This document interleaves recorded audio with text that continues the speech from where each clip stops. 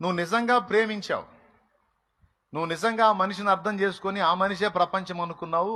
ఇప్పుడు నువ్వు నీ నుండి వచ్చేటువంటి స్పందనల వల్ల ఏమర్థమవుతుందంటే నువ్వు నిజమైన ప్రేమికుడివి.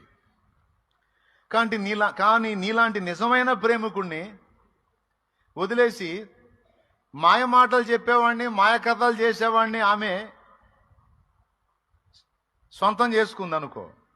దరిద్రులెవరు?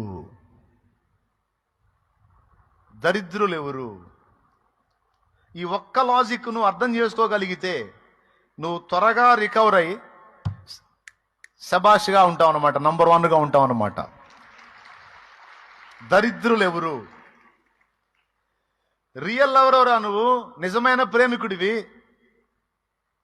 నీది ట్రూ లవ్.